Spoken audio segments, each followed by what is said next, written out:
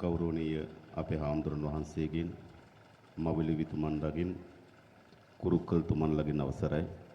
வணக்கத்துக்குரிய மதமறு குருகளே,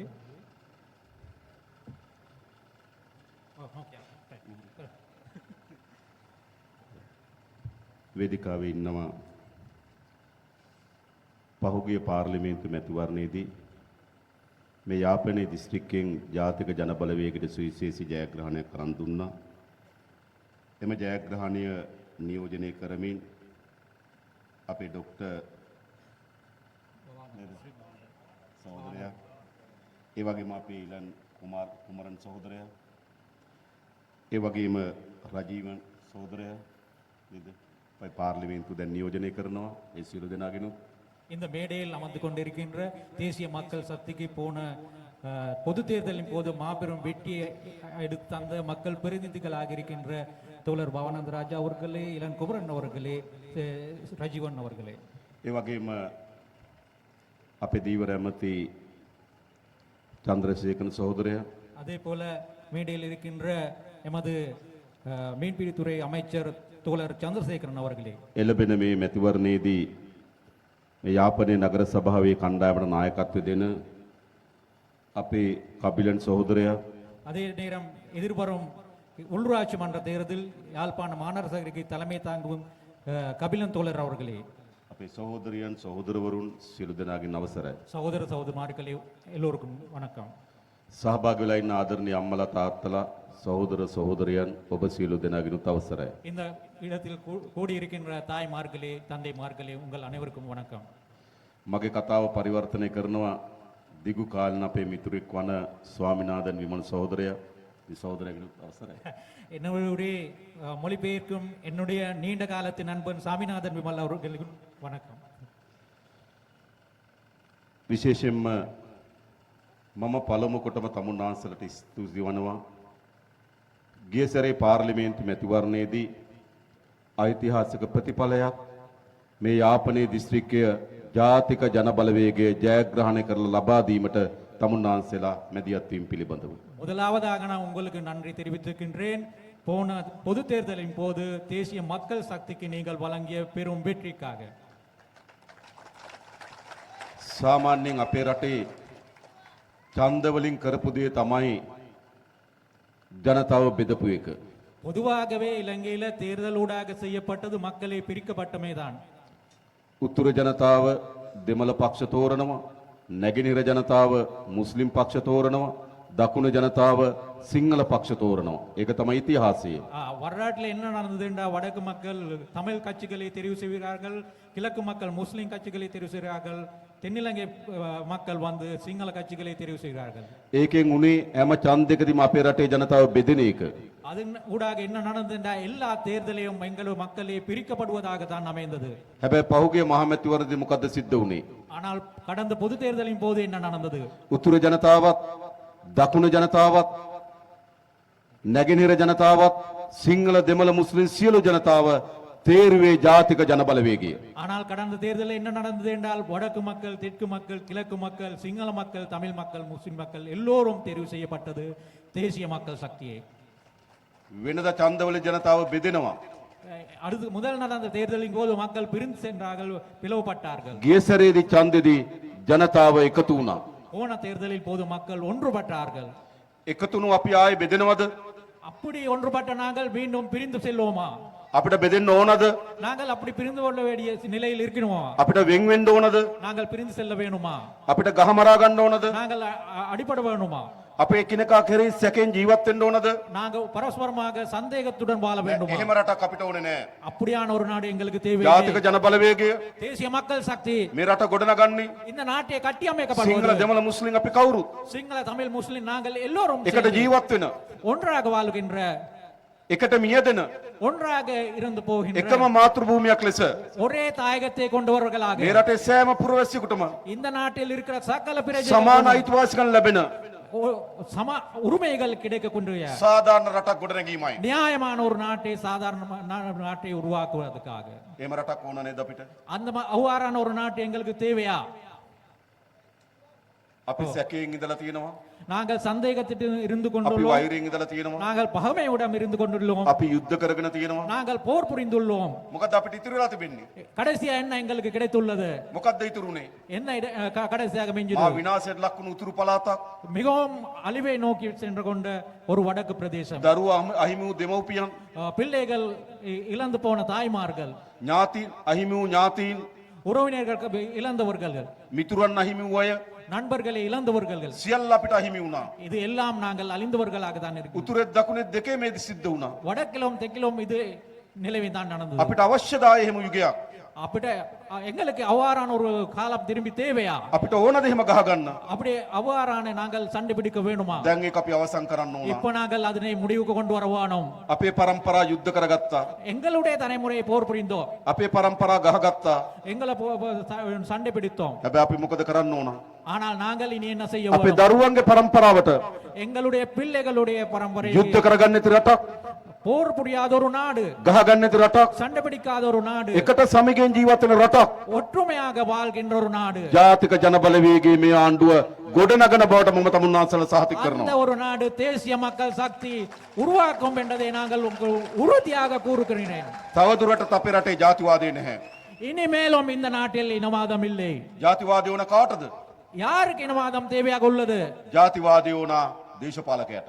அரசியல்வாதிகளுக்கு தான் இனவாதம் தேவையாக உள்ளது ජනතාවට ජාතිවාදය ඕනද? மக்களுக்கு இனவாதம் தேவையா තමුන්නාන්සලා දන්නවා உங்களுக்கு தெரியும் තිස්ස විහාර කේන්ද්‍ර කරගෙන ප්‍රශ්නයක් තියෙනවා. திஸ்ஸபியாரை மையமாக கொண்டு ஒரு பிரச்சனை உள்ளது මම පහුගියදා පාර්ලිමේන්තු උපදේශකාර සභාවේදී කිව්වා நான் சமீபத்தில் நடந்த நாடாளுமன்ற ஆலோசனை குழு கூட்டத்தில் கூறினேன் තිස්ස විහාරේ ප්‍රශ්නේ විසඳන්න ලේසි.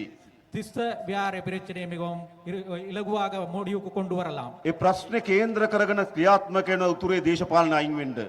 அது அந்த பிரச்சனை மையமாக கொண்டு செயல்படும் வடக்கு அரசியல் அந்த பிரச்சனையிலிருந்து விலக வேணும் ඒ ප්‍රශ්නේ මත පදනම්ව දකුණේ කරන දේශපාලන අයින් කරන්න. அந்த பிரச்சனையை வைத்துக்கொண்டு தென்னிலங்கையில் செய்கிற அரசியல் நிறுத்த வேணும் තිස්ස විහාරේ ප්‍රශ්නේ විසඳන්න පුළුවන්.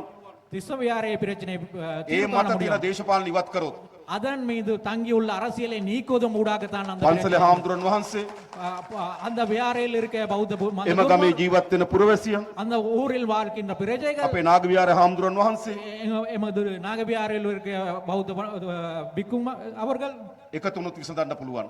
அவர்கள் சேர்ந்தா இந்த பிரச்சனையை தீர்க்க විසඳන්න முடியும். නොදෙන්න කවුද? இதுக்கு வேண்டிய யார் කවුද? யார் දේශපාලකයා.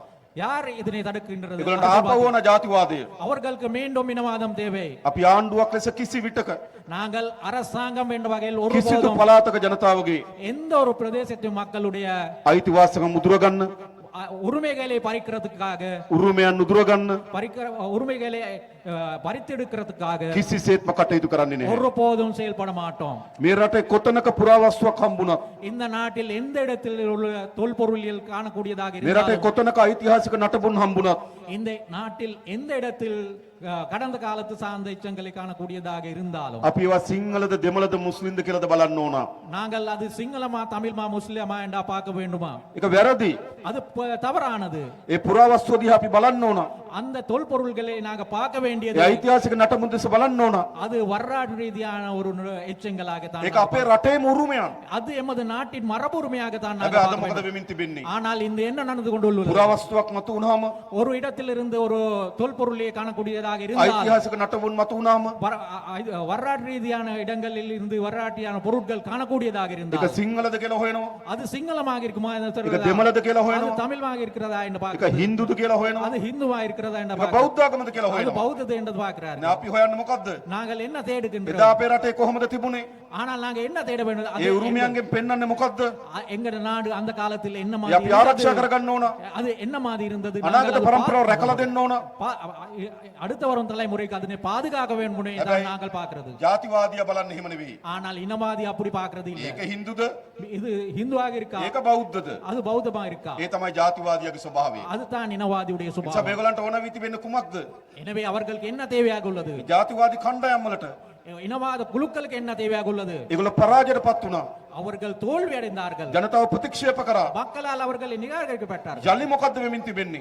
இனி என்ன நடந்து கொண்டுள்ளது එම ජාතිවාදය මත அந்த இனவாதத்தை එම ජාතිවාදය කේන්ද්‍ර කරගෙන அந்த இனவாதத்தை மையமாக යලි கொண்டு අපේ රටේ ගැටුම් හදන්න උත්සාහ කරනවා. மீண்டும் இந்த நாட்டில் முரண்பாடுகளை தோற்றுவிக்க මම முயற்சிக்கிறார்கள். ඔබට එකක් කියන්නම්. நான் உங்களுக்கு இது ஒரு விடயத்தை මොන கொடுக்கின்றேன். වේශයෙන් எந்த ஒரு வேடத்தில் මොන வந்தாலும் ආකාරයෙන් எந்த விதத்தில் வந்தாலும் යලි ජාතිවාදය නැගිටින්න උත්සාහ කරොත් இந்த நாட்டில் இனவாதத்தை தலை தூக்க ඒ முயற்சித்தால் පරාජයට පත් කරන්න அதனை தோற்கடிக்கிறதுக்கு ජාතික ජනබලවේගයේ ආණ්ඩුව தேசிய மக்கள் சக்தியுடைய அரசாங்கம் ගත හැකි හැම පියවරක්ම ගන්න බව මම තමුන්නාසලට කියනවා. எடுக்கக்கூடிய ஆகக்கூடிய எல்லா நடவடிக்கைகளும் ஜாதிவாத எடுக்க வேண்டும் என்பதை அவசியம். நாங்கள் கூறுகிறோம். நாங்கள் இனவாதத்தை தூண்டிவிட மாட்டோம். අපේ ජාතික සමගිය අවශ්‍යයි. எங்களுக்கு தேவையது இன ஒற்றுமை. මම දන්නවා මේ යාපනයේ ජනතාව எனக்கு தெரியும் இந்த யாழ்ப்பாண மக்கள் පාරම්පරික දේශපාලන නායකයෝ හිටියා. பரம்பரையாக அரசியல் செய்த தலைவர்கள் இருந்தார்கள். පාරම්පරික පක්ෂ තිබුණා. பரம்பரையாக நான் வந்த அரசியல் கட்சிகள் இருந்தது. 1949 හදපු ෆෙඩරල් පක්ෂය තිබුණා. 1949ஆம் ஆண்டுல உருவாக்கப்பட்ட பெடரல் கட்சி இருந்தது. දෙමළ විශාල නායකයන් නියෝජනය කරමු TLF තිබුණා. தமிழ் அரசியல் கட்சி பெரிய அரசியல் தலைவர்களை பிரதிநிதித்துவப்படுத்தி දෙමළ කොංග්‍රසය තිබුණා. தமிழ் காங்கிரஸ் இருந்தது. මේ විශාල පක්ෂ තියද්දි இந்த பெரும் கட்சிகள் இருந்தும் போது මහා கூட, නායකයෝ ඉද්දි பெரும் தலைவர்கள் இருக்கும் போது கூட තමුන්නාසලා අපිව තෝරාගත්තා. நீங்கள் எங்களை தெரிவு செய்து கொண்டிருக்கிறீர்கள். අපේ කුමරන්ව තෝරාගත්තා. எங்களுடைய இளன்குமரன் தோழரை தெரிவு අපේ රජීව තෝරාගත්තා. எங்களுடைய ரஜீவன் தோழரை தெரிவு கொண்டிருக்கிறீர்கள். අපේ දොස්තර සහෝදරයා තෝරාගත්තා. எங்களுடைய மருத்துவர் பவானராஜ தோழரை தெரிவு කලු கொண்டிருக்கிறீர்கள். තේරීමක්. அது ஒரு நல்ல தெரிவு. හැමදාම තේරුවේ කවුද? இதுக்கு முதல் என்ன எவரே தெரிவு செய்தார்? පැරණි පක්ෂ වලින් பழைய கட்சிகள் இருந்து தான் පැරණි தெரிவு செய்தார். නායකයෝ. பழைய தலைவர்களை தான் தெரிவு ඒ සැරේ செய்தார். තමුන්නාසලා ஆனால் போன தேர்தலின் போது ජාතික நீங்கள் ජනබලවේගයට ඡන්ද දීලා தேசிய மக்கள் சக்திக்கு வாக்களித்து අලුත් කණ්ඩායමක් නියෝජිතයට තෝරාගත්තා. புதிய ஒரு அணியை நீங்கள் உங்களுடைய பிரதிநிதிகளாக தெரிவு செய்தீர்கள். තමුන්නාසලා අපි කරේ විශ්වාස තැබුවා. நீங்கள் எங்கள் மீது நம்பிக்கை வச்ச நீங்கள். මම මේක සහතිකයක් දෙන්නම්. நான் ஒரு உறுதிமொழியை මොන வழங்குகின்றேன். දුෂ්කර තත්වයෙන් යටතේ හරි எந்த ஒரு கடினமான நிலைமையின் கீழ் තමුන්නාසලා අපි කරේ තබන ලද සහතිකය நீங்கள் எங்கள் மீது வைத்த நம்பிக்கை අප කරේ තිබෙන විශ්වාසය எங்கள் மீதான நம்பிக்கை කිසිසේත්ම බිඳින්න ඉඩ නොදෙන බව මම සහතික කරනවා. எந்த விதத்திலும் முறியடிக்கிறதுக்கு விட மாட்டோம் என்பதை நான் உறுதியாக கூற விரும்புகின்றேன். ඒ වගේම අපිව විශ්වාස කරලා அதே போல எங்களை நம்பி තමුන්නාසලා நீங்கள் විසඳා ගැනීම සඳහා අපේක්ෂා කරන ප්‍රශ්න තියෙනවා. உங்கள் தீர்வு காண முயற்சிக்கின்ற பிரச்சனைகள் உள்ளது. ඒවා අපි විසඳනවා. நாங்கள் அந்த பிரச்சனைகள் මොන මොන தீர்க்கின்றோம். විදිය ලේබල් ගහන්න හැදුවත් எந்த வகையான முத்திரை குத்துறதுக்கு முயற்சித்தாலும் මොන මොන ආකාරයෙන් අපිට විරුද්ධතාවය දක්වන්න උත්සාහ කරා ජාතිවාදී කණ්ඩායම් இனவாத குழுக்கள் எந்தெந்த வகையில் எங்கள் மீது அப்படி எதிர்ப்புகளை நொபியவ, காட்ட முயற்சித்தாலும் அப்படி நாங்கள் நொபியவ. நாங்கள் அச்சமின்றி තමුන්නාසලගේ අයිතිවාසිකම් உங்களுடைய உரிமைகளை ජාතික සමගිය සඳහා ගත යුතු ක්‍රියාමාර්ග தேசிய ஒற்றுமைக்காக எடுக்கக்கூடிய நடவடிக்கைகள் සියල්ල ගන්න බවට මම සහතික කරනවා. எல்லாம் எடுப்பேன் என்றது நான் உறுதியாக கூறுகின்றேன். මම එකින් එක කියන්නම්. நான் ஒன்றொன்றாக கூற விரும்புகின்றேன். පළමු කොටම முதலாவதாக ආරක්ෂක හේතුන් මත பாதுகாப்பு காரணங்களுக்காக ජනතාවට අයිති ඉඩම් மக்களுக்குரிய காணிகள் පවරගෙන තිබෙනවා. எடுத்துக்கொண்டு வரப்பட்டுள்ளது. දැන් යුද්ධයක් නැහැ. தற்போது போர் ஒன்று இல்லை. අපිට කාට හරි කියන්න පුළුවන් යුද්ධ තිබෙන වෙලාවදී වාස් වුණා කියලා. போர் இருந்த காலத்தில் அது நடந்தது என்று சொல்ல තව දුරටත් இனிமேலும் ආරක්ෂක හේතු වියයි කියා මුවා වෙමින් ஆனால் பாதுகாப்பு காரணங்களுக்கு லேபிள் காட்டிக்கொண்டு ජනතාවගේ ඉඩම් மக்களுடைய காணிகளை ආණ්ඩුව අතේ තියාගෙන ඉන්න අයිතියක් නැහැ. அரசாங்கத்து வச்சு கொள்ள இருக்கிறதுக்கு අපි உரிமை இல்லை. නිදහස් කළ හැකි හැම ඉඩමක්ම விடுவிக்கக்கூடிய எல்லா காணிகளையும் තමුන්නාසලට නිදහස් කරලා දෙනවා. உங்களுக்காக நாங்கள் விடுவித்து தருகின்றோம். පදිංචි වෙන්න வசிக்கிறதுக்காக වගා කරන්න விவசாயம் செய்யறதுக்காக අපි දෙනවා. நாங்கள் கொடுக்கின்றோம். අපි වැඩ කරන්නේ நாங்கள் வேலை செய்யறது යුද්ධයක් එයි කියලා බලාගෙන නෙවෙයි. இன்னும் ஒரு போர் வரும் என்ற எதிர்பார்ப்பில் நாங்கள் வேலை செய்யறது இல்லை. අනිත් නායක වැඩ කරේ ஆனால் ஏனைய தலைவர்கள் வேலை செய்தது මේ අල්ලගත් ඉඩම් තියෙන්න ඕන. இந்த பிடிக்கப்பட்ட காணிகள் இருக்க வேணும். ආය යුද්ධයක් එයි. மீண்டும் ஒரு மறுபடியும் ஒரு මේ போர் வரும் අල්ලගත් என்பது. තැන්කල් හමුදා කඳවුරු තියෙන්න ඕන. இந்த எடுத்துக்கொண்ட இடங்கள்ல ராணுவம் ආය இருக்க வேண்டும். යුද්ධයක් එයි. மீண்டும் ஒரு போர் வரும் என்று. හැබැයි අපි වැඩ කරන්නේ நாங்கள் வேலை செய்யறது அப்படி இல்ல. යුද්ධයක් එයි කියලා හිතාගෙන නෙවෙයි. போர் வரும் என்று நினைச்சல் යුද්ධයෙන් එක නතර කරන්න තමයි ජාතික ජනබලවේගය වැඩ කරන්නේ. நாங்கள் தேசிய மக்கள் சக்தி வேலை செய்யறது போர் உருவாக்கும் இருக்கிற நிலைமையை தடுக்கிறதுக்காக. ඒකයි ආණ්ඩුක වගකීම. அதுதான் அரசாங்கத்தின் ඒ கடமை. විතරක් නෙවෙයි. அது மட்டுமல்ல, අපි දන්නවා මේ පළාත්වල இந்த பிரதேசங்கள் எங்களுக்கு தெரியும் විශාල පාරවල් ප්‍රමාණයක් වහලා තිබුණා. பெரும் பாதைகள் மூடப்பட்டுள்ள. අපි පියවරෙන් පියවර நாங்கள் படிப்படியாக ඒ පාරවල් அந்த வீதிகளை යලි විවෘත කරනවා. மீண்டும் திறந்துපட்டுக் கொள்ளுள்ளது. තමුන්නාසල නිදහසේ කටයුතු කරන්න. உங்களால் சுதந்திரமாக செயல்படக்கூடியதாக. මේ විතරක් නෙවෙයි කොළඹත් පාරවල් වහලා තිබ්බා.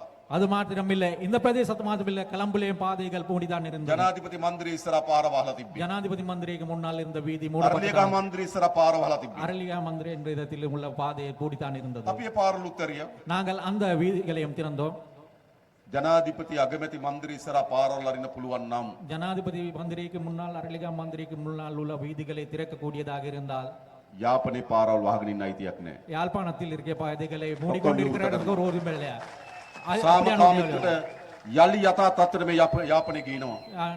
மீண்டும் இயல்பான நிலைக்கு நாங்கள் யாழ்ப்பாணத்தை கொண்டு வருகிறோம். යුද්ධ ඉතිහාසය, போர் வரலாற்றுக்குள் අමීර ඉතිහාසය, அந்த கசப்பான අපි வரலாற்று අමතක කළ යුතු ඉතිහාසය. அந்த நாங்கள் மறக்க வேண்டிய අපි නැවත නැවත එක පාරන්න மீண்டும் மீண்டும் அதை நாங்கள் නැවත නැවත சொல்றது- ඒ තත්ත්වය ඇති වෙන්න ඉඩ දෙන්නේ නැහැ. மீண்டும் மீண்டும் அந்த நிலையை ඒක අපි உருவாக்க කළ යුතුයි. அது நாங்கள் செய்ய வேணும். මම දන්නවා අතුරුදහන් වූ දරුවන් පිළිබඳ ප්‍රශ්නයක් තිබෙන බව. காணாமல் போன ஆக்களுடைய பிள்ளைகள் பெரு- අපි හැකිතරම් උත්සාහ කරනවා. நாங்கள் இயலுமான அளவுக்கு முயற்சிக்கின்றோம். ඔබගේ දරුවා உங்களுடைய பிள்ளை ආණ්ඩුවට බාර දුන්නා නම්, அரசாங்கத்திடம் ஒப்படைக்கப்பட்டதாக පොලිස් ස්ථානයකට බාර දුන්නා නම්, போலீஸ் நிலையத்தின் மீது හමුදා ஒப்படைக்கப்பட்டதாக කඳවුරකට බාර දුන්නා නම්, ராணுவ மீது ඒ දරුවට මොකද ஒப்படைக்கப்பட்டதாக වුනේ කියලා அந்த பிள்ளைக்கு என்ன நடந்தது என்பதை සොයා බැලිය යුතුයි. நாங்கள் தேடி பார்க்க வேணும். ඒක වගකීම් සහිත රජයක වගකීමක්. அதுதான் பொறுப்புள்ள அரசாங்கத்தின் கடமை. මම දන්නවා අතුරුදහන් වූ දෙමව්පියන්ගේ වේදනාව. பிள்ளைகள் காணாமல் போன தாய்மார்கள் தந்தைமார்களுடைய வேதனை எனக்கு தெரியும். සාමාන්‍යයෙන් කෙනෙක් මිය ගියපුවාම ஒரு சாதாரண ஒருவர் இறந்து போன අපි பிறகு දේහය දකිනවා. அவருடைய உடலை நாங்கள் අපි காணக்கூடியதாக අවසන් වතාවත් කරනවා. அவர்களுக்காக இறுதி கிரியைகள் நாங்கள் අපි மேற்கொள்வோம். විසින් ඔසවා ගිහිලා භූමි දාන කරනවා. நாங்களே கொண்டு போயிட்டு அவருக்கான அடக்கம் අපිම සතියක් දෙකක් කඳුළු හලනවා. நாங்களே ஒரு கிழமை 2 கிழமை அவருக்காக கண்ணீர் ටික වෙලාවක කාලයකදී අපි සුවපත් වෙනවා. கொஞ்ச காலம் போக பொழுது நாங்கள் ஆறுதல் அடைகிறோம். හැබැයි දරුවෙක් අතුරුදහන් වුණාම එහෙම නෙවෙයි. ஆனால் ஒரு பிள்ளை காணாமல் போனான் நிலைமை නැවත அப்படி இல்லை. නැවත අම්මා හිතනවා ජීවත් වෙනවද?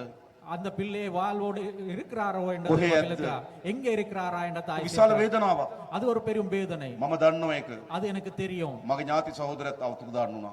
என்னுடைய சகோதரர் ஒருவரும் அவளான காணாமல் போனவர். අපි දන්නවා දෙමව්පියන්ගේ වේදනාව. எனவே எங்களுக்கு தாய்மார்களுடைய එනිසා ඒ தந்தைமார்கள் පිළිබඳව எனவே அது தொடர்பாக වේදනාව සමනය වෙන්න அந்த வேதனை இல்லாமல் ஆகத் දරුවන් ගැන ඇත්ත දේ කිවිය යුතුයි. பிள்ளைகள் தொடர்பாக உண்மையை நாங்கள் ඒ சொல்லுவோம். කාගෙවත් පලිගන්න නෙවෙයි. அது எவரிடம் இருந்தும் කාගවත් பழிவாங்க හිරේට යවන්න නෙවෙයි. எவரையும் ஒரு சிறைக்கு அனுப்புறதுக்கு අපිට இல்லை. සාමදානය සඳහා අවශ්‍යයි. எங்களுக்கு அமைதிக்காக அது தேவை. අපි ආණ්ඩුවක් ඇටට ඒ වැඩේ කරනවා. நாங்கள் அரசாங்கம் என்ற வகையில் அது செய்கின்றோம். අපිට අවශ්‍ය සාමදානය. எங்களுக்கு அமைதி தேவை. ඉතිහාසයේ ජීවත් වෙන එකෙන් අපි මිදෙන්න ඕන. வரலாற்றில் வாழ்வது நாங்கள் மீள் வேணும். ඉතිහාසයේ වේදනාවෙන් අපි මිදෙන්න ඕන. வரலாற்றில் இருந்து வருகின்ற வேதனையில் இருந்து நாங்கள் மீள අමීර வேணும். ඉතිහාසයෙන් අපි ගැලවෙන්න ඕන. அந்த வரலாற்றில் இருந்து நாங்கள் மீள வேணும். අපි අලුත් පරිච්ඡේදයක් ආරම්භ කරන්න. நாங்கள் புதிய ஒரு அத்தியாயத்தை தொடங்க வேணும். අන්න ඒ වෙනුවෙන් තමයි அதுக்காகத்தான் තමුන්නාන්සලා ජාතික ජනබලවේගයේ ආණ්ඩු කෙරෙහි විශ්වාසය තිබුවේ. அதுக்காகத்தான் நீங்கள் தேசிய පැරණි දේ මොන නම් கொடுத்தீங்க. பழையதே தேவையாக இருந்தால் පැරණි පක්ෂමයි තෝරන්නේ. பழைய கட்சிகளை தான் நீங்க தெரிவித்து පැරණි දේ ඕන නම් பழையதே தான் පැරණි නායකයෝ තෝරන්නේ. பழைய தலைவர்களை தான் நீங்கள் හැබැයි ජනතාව අපි තීරුවේ කුමක් වෙනුවෙන්ද? ஆனால் மக்கள் ஏன் எங்களை தெரிவு செய்தார்கள்? අලුත් දේ වෙනුවෙන්. புதிதான விஜயங்கள் අපි සහතික කරනවා. நாங்கள் உறுதியாக கூறுகிறோம். නොබියව அச்சமின்றி ඒ අලුත් දේ කරනවා. நாங்கள் அந்த புதிய விடயங்கள் மேற்கொள்வோம். කරන්න ඕනේ නැද්ද? செய்ய வேண்டியதாக இல்லையா? කරන්න ඕනේ නැද්ද? செய்ய வேண்டியதாக இல்லையா? කරන්න ඕනේ. ඒක අපේ රට. අපි කවුරු ජීවත් වෙන රට. இது எங்களுடைய நாடு, நாங்கள் எல்லோரும் வாழ்கின்ற நாடு. ඒ நாங்கள் විතරක් செய்யணும். නෙවෙයි. அது மட்டும் இல்ல, ක්‍රමානුකූලව මේ රටේ ජනතාවගේ ජීවිතේ නගා සිටවන්න ඕන. படிப்படியாக இந்த மக்களுடைய வாழ்க்கை தரத்தில் நாங்கள் மேல் வரணும். අපි දන්නවා පැරණි පාලකයෝ எங்களுக்கு தெரியும் பழைய ஆட்சியாளர்கள் අපේ රටේ ආර්ථික විශාල ලෙස කඩා වැට්ටුවා. எமது பொருளாதாரத்தை, நாட்டின் பொருளாதாரத்தை வீழ்ச்சி அடைய செய்தார்கள். තෙල් ටික ගේන්න බැරි, எண்ணெய் கொண்டு வர முடியாத நிலை, බෙහෙත් ටික ගේන්න බැරි, மருந்துகளை கொண்டு வர முடியாத ගෑස් நிலைமை, ටික ගේන්න බැරි, எரிவாயு கொண்டு வர முடியாத ණය நிலைமை, ටික ගෙවා ගන්න බැරි රටක් හැදුවා. கடனை வீல செலுத்த முடியாத ஒரு මුළුමනින්ම මේ நாட்டை පාලකයෝ අපේ රට කඩා වැට්ටුවා. இந்த நாட்டு ஆசியாளர்கள் இந்த நாட்டை முழுவதுமாகவே சீரழிஞ்சு අපි விட்டார்கள். දැන් ක්‍රමානුකූලව நாங்கள் இப்ப படிப்படியாக අපේ රට ගොඩනගමින් තිබෙනවා. எமது நாட்டை கட்டியெழுப்பு கொண்டு இருக்கிறோம். මම කියන්න සතුටුයි. நாங்க சொல்ல விரும்புகின்றேன், අවුරුදු 5කට පස්සේ 5-6 வருடங்களுக்கு பிறகு ලංකාවේ වැඩිම විදේශ සංචිත ප්‍රමාණයක් එකතු වෙලා තියෙනවා. இலங்கையில் மிகவும் அதிகமான வெளிநாட்டு செலவாணியை நாங்கள் இப்ப திரட்டி உள்ளது. මාස 6ක් තිස්සේ 6 மாத காலமாக ඩොලරයට සාපේක්ෂව රුපියල හෙල්ලෙන්නේ නැතුව තියෙනවා. டொலருடன் ஒப்பிட்டும் அளவில் பார்க்கும் போது ரூபாவின் பெறுமதி வித்தியாசம் அடையாமல் இருக்கு. දාලා ගියපු විශාල ව්‍යාපෘති ප්‍රමාණයක් மூடிப்பட்ட இருந்த பெரும்பாலான செயல் திட்டங்கள் යලි ආරම්භ කරන්න තීරණය කරලා තිබෙනවා. திரும்பி தொடங்குறதுக்காக நாங்கள் நடவடிக்கை கொள்கிறோம். කටුනායක එයාපෝට් එකේ ව්‍යාපෘතිය ජපාන් රජය දාලා ගියා. கட்டுநாயகா உள்ள விமான நிலையத்தின் செயல் திட்டத்தை ஜப்பான் அரசாங்கம் கைவிட்டு கொண்டது. ආපහු ආරම්භ කරන්න තීරණය කරා. அதனை திரும்பி தொடங்குறதுக்காக தீர்மானித்துள்ளோம். චීන රජයෙන් சீன அரசாங்கத்தால் ව්‍යාපෘති විශාල ප්‍රමාණයක් දාලා ගියා. பெரும்பாலான செயல் திட்டங்களை விட்டு අලුත් சென்றார்கள். ව්‍යාපෘති සහ පැරණි ව්‍යාපෘති 76ක් ආරම්භ කරන්න තීරණය කරලා තිබෙනවා. ஆனால் தற்போது பழைய செயல் திட்டங்களும் புதிய திட்டமாக 76 செயல் திட்டங்களை திரும்பி தொடங்குறதுக்காக நாங்கள் செயல்படுகிறோம். ඉන්දියානු රජය இந்த இந்திய அரசாங்கம் මහාව ඉඳන් ඕමන්ත දක්වා மாவையிலிருந்து ஓமந்த் வரையான රේල් පාරේ සංඥා පද්ධති සවි කරන්න. தண்டபாலத்தில் உள்ள சமிக்கை பദ്ധதி முழுமை உருவாக்குறதுக்காக ණය මුදලක් දුන්නා. கடனை வழங்கியது. පහුගියදා මෝදි අග්‍රාමාත්‍යතුමාගේ සහභාගීත්වයත් සමග கடந்த மாதத்தில் நடந்த மோடி அவர்களுடைய விஜயத்துடன் கடந்த சில நாட்களுக்கு முன்னர் நடந்த மோடி அவர்களுடைய விஜயத்துடன் එම ණය මුදල ආධාරය බවට පරිවර්තනය කරා. அந்த கடனை எங்களுக்கு கொடுக்கிற அன்பளிப்பாக மாத்தி இருக்கிறார். අපි සහාය ගන්න සෑම රටකින්ම நாங்கள் எல்லா நாடுகளிலிருந்தும் உதவி එකම පරමාර්ථය பெறுகிறோம். මේ රට ගොඩ නැගීම. எங்களுடைய ஒரே ஒரு எதிர்பார்ப்பு இந்த එතනින් நாடு. අතර වුණේ නැහැ. ஆனால் அதிலிருந்து நிற்கிறதில்லை. අපි අස්වැසුම දීමනාව වැඩි කරා. நாங்கள் அஸ்வசுப்பம் கொடுப்பனவே உள்ளோம். අපි දන්නවා අස්වැසුම ලැබෙන්න ඕන සමහර පිරිසට ලැබෙන්නේ නැහැ. எங்களுக்கு தெரியும் அஸ்வசுப்பம் கொடுப்ப கிடைக்க வேண்டிய சிலருக்கு இன்னும் கிடைக்கிற இல்லை. ජූනි මාසේ ஜூன் மாதத்திலிருந்து අලුතින් புதிதாக ලක්ෂ 4කට අස්වැසුම දෙන්න අපි තීරණය කරලා තිබෙනවා. 4 லட்சம் மக்களுக்கு நாங்கள் புதிதாக அஸ்வசுமம் கொடுக்கிறதுக்காக தீர்மானித்தோம். ජනතාව බලා ගන්න ඕන. நாங்கள் மக்களை பாதுகாக்க வேணும். අපි ඖෂධ ගේන්න සල්ලි වෙන් කරලා තියෙනවා ආණ්ඩුවෙන්. நாங்கள் அரசாங்கத்தால் மருந்துகளை கொள்வனவு செய்யறதுக்காக හරියට වැඩ ටික කරොත් நாங்கள் சரியாக வேலை செய்தால் ආයේ බෙහෙත් පෙත්තක් ඉග වෙන්නේ නැහැ අපේ ඉස්පිරිතාලවල. நாங்கள் அப்படி சரியாக வேலை செய்தால் மருத்துவமனைகள் ஒரு மருந்து கூட தட்டுப்பாடு வராது. අපි හදනවා මේ රට පියවරෙන් පියවර. நாங்கள் படிப்படியாக இந்த நாட்டை கட்டியெழுப்புறோம். ඒ වගේම அதே போலதான் 30000ක් රාජ්‍ය සේවයට බඳව ගන්න අපි බලාපොරොත්තු වෙනවා. 30,000 பேர் அரசு சேவைக்கு இணைந்து கொள்றதுக்கு நாங்கள் எதிர்பார்க்கிறோம். අපේ ජනතාව ඉන්නවා දෙමළ භාෂාව කතා කරන. எமது மக்கள் தமிழ் மொழி பேசுகின்ற மக்கள் இருக்கிறார்கள். හැබැයි අපේ රාජ්‍ය සේවයට ප්‍රමාණවත් නැහැ. ஆனால் அரசு சேவையில் போதிய அளவுக்கு இல்லை. ඒ නිසා බොහෝ රාජ්‍ය ආයතනවල எனவே பெரும்பாலான அரசு දෙමළ நிறுவனங்கள் භාෂාවෙන් කතා කරන අයගේ හිගයක් තියෙනවා. தமிழ் மொழி பேசுகின்றவர்களுடைய தட்டுப்பாடு இருக்கின்றன. අපි 30000ක් රාජ්‍ය සේවයට බඳව ගන්නවා. நாங்கள் 30,000 பேர் அரசு சேவைக்கு இணங்கப்படுகிறோம். අපි ඒකෙන් සැලකිය යුතු ප්‍රමාණයක් அதுல குறிப்பிட்டதக்க எண்ணிக்கை දෙමළ භාෂාවෙන් කතා කරන අය රාජ්‍ය සේවයට බඳව ගන්න අපේක්ෂා කරනවා. தமிழ் மொழி பேசுகின்றவர்கள் அரசு சேவைக்கு இணைந்து கொள்றதுக்கு நாங்கள் මේ எதிர்பார்க்கிறோம். අවුරුද්දේ අපි පොලිසියට 2000ක් බඳව ගන්නවා. இந்த வருஷத்தில் நாங்கள் 2,000 பேர் போலீஸ் අපි 10000ක් බඳව ගන්න සැලසුම් කරලා තිබෙනවා. நாங்கள் 10,000 பேர் இருக்கிறது. 2000ක් මේ අවුරුද්දේ බඳව ගන්නවා. அதுல 2,000 பேர் இந்த හැබැයි வருஷத்தில் තමුන්නාන්සලගේ පොලිසියේ அது அப்போது உங்களுடைய போலீஸ்ல වැඩිපුර ඉන්නේ සිංහල භාෂාව කතා කරන අය. சிங்கள மொழி பேசுகின்றவர் தான் இப்ப இருக்கிறார். දෙමළ භාෂාව කතා කරන අයගේ හිගයක් තියෙනවා. தமிழ் மொழி பேசுகின்றவர்களுடைய තමුන්නාන්සලා දරුවෝ පොලිසියට බැඳෙන්න කියලා අපි ආරාධනා කරනවා. உங்களுடைய பிள்ளைகளுக்கு போலீஸ் சேவை இணைந்து கொள்ள என்று சொல்லி මේ நாங்கள் බඳවා ගන්න 2000න් இந்த இவ்வாறு உள்வாகி கொள்ளும் 2,000 අඩුම பேர் තරමේ 500ට වඩා වැඩි ප්‍රමාණයක් குறைஞ்சபட்சம் 500க்கும் மேற்பட்டவர்கள் දෙමළ භාෂාව කතා කරන අය බැඳින්න ඕන. தமிழ் மொழி பேசுகின்றவர்கள் இணையவானோ. තමුන්නාන්සලා පොලිසියට ගියපුවාම நீங்கள் போலீஸ் நிலையத்துக்கு போன போது දෙමළ භාෂාවෙන් කතා කරන නිලධාරියෙක් ඉන්න ඕන. தமிழ் மொழி பேசுகின்ற ஒரு உத்தியோகத்தர் இருக்க வேணும். දෙමළ භාෂාව තේරෙන නිලධාරියෙක් ඉන්න ඕන. தமிழ் மொழி புரிந்து கொள்ளக்கூடிய உத்தியோகத்தர் එතකොට இருக்க තමයි මේ රට අපේ බව දැනෙන්නේ. அப்போதுதான் இந்த நாடு எங்களுடைய நாடு ඒ என்று නිසා මේ புரிந்து රාජ්‍ය සේවයටත් எனவே அரசு சேவைக்கு පොලිසියටත් போலீஸுக்கும் විශේෂයෙන්ම නාවික හමුදාවට குறிப்பாக கடற்படை ගුවන් හමුදාවට விமானப்படையினருக்கு බඳවා ගන්න කටයුතු කරලා තිබෙනවා. உள்வாங்கிக் கொள்றதுக்கும் நாங்கள் செயல்படுகிறோம். அதன் போது கூட දෙමළ භාෂාව කතා කරන තරුණයන් අපි අපේක්ෂා කරනවා. தமிழ் மொழி பேசுகின்ற இளைஞர்களுடைய මේ උතුරු பங்களிப்பு මුහුද ආරක්ෂා කරගන්න இந்த வடக்கு கடலை பாதுகாத்துக் கொள்றதுக்கு නාවික හමුදාවට විශාල කාර්යභාරයක් තිබෙනවා. கடற்படையினருக்கு பெரும் பொறுப்பு உள்ளது. ඔබගේ දරුවන් බඳවන්න உங்களுடைய பிள்ளைகள் அதுல சேர்க்கப்படும். අපිට ඕන හැම අතිම සමගියෙන් පිරිති රටක්. எங்களுக்கு தேவையான எல்லா வகையான ඒ விதத்திலும் සඳහා අපි කටයුතු කරනවා. அதுக்காக நாங்கள் ඒ செயல்படுகிறோம். විතරක් නෙවෙයි පාසල් දරුවෝ ලක්ෂ 16කට அதனால் மாத்திரம் இல்ல பாடசாலை பிள்ளைகள் இருக்கிற රුපියල් 16 6000 ගානේ දුන්න පාසල් පොත් උපකරණ මිලදී ගන්නවා. பாடசாலை உபகரணங்களை கொள்வனம் செய்யறதுக்கு 15 கொடுத்தோம். අපි වැටුප් වැඩි කරා. நாங்கள் சம்பளத்தை அதிகரித்துள்ளோம். ආණ්ඩුවක් ලෙස අපි මොකද කරමින් තියෙන්නේ? அரசாங்கம் என்ற வகையில் என்ன செய்து கொண்டிருக்கிறோம்? මුදල් හොරකම් කරන්නේ නැතුව, கல்வி මුදල් නාස්ති කරන්නේ නැතුව, பணத்தை திருவடுக்கலாம் භාණ්ඩාගාරයේ මුදල් එක්රැස් කරලා திரை சேகரிக்கு பணத்தை சவாலுக்கு ජනතාවට බෙදා දෙනවා. மக்களிடம் சென்றடைய செய்கிறோம். සියලු නාස්ති නතර කරනවා. எல்லா வகையான விரயத்தையும் நாங்கள் நிப்பாட்டியிருக்கோம். මම පහුගියදා நான் கடந்த சில நாட்கள் முன் මේ යාපන දිස්ත්‍රික් සංවර්ධන කමිටුවට ආවා. நான் யாழ்ப்பாண மாவட்ட அபிவிருத்தி குழு கூட்டத்தில் பங்கு ඒදී යෝජනා ගණනාවක් අපිට ඉදිරිපත් වුණා. அதன் போது பல திட்ட முன்மொழிவுகள் முன்வைக்கப்பட்டது. අපි හැම යෝජනාවකටම நாங்கள் அந்த எல்லா திட்ட මේ முன்மொழிவுகள் අයවැය මුදල් වෙන් කරා. இந்த வரவு சில திட்டத்தில் பணம் ஒதுக்கி உள்ளோம்.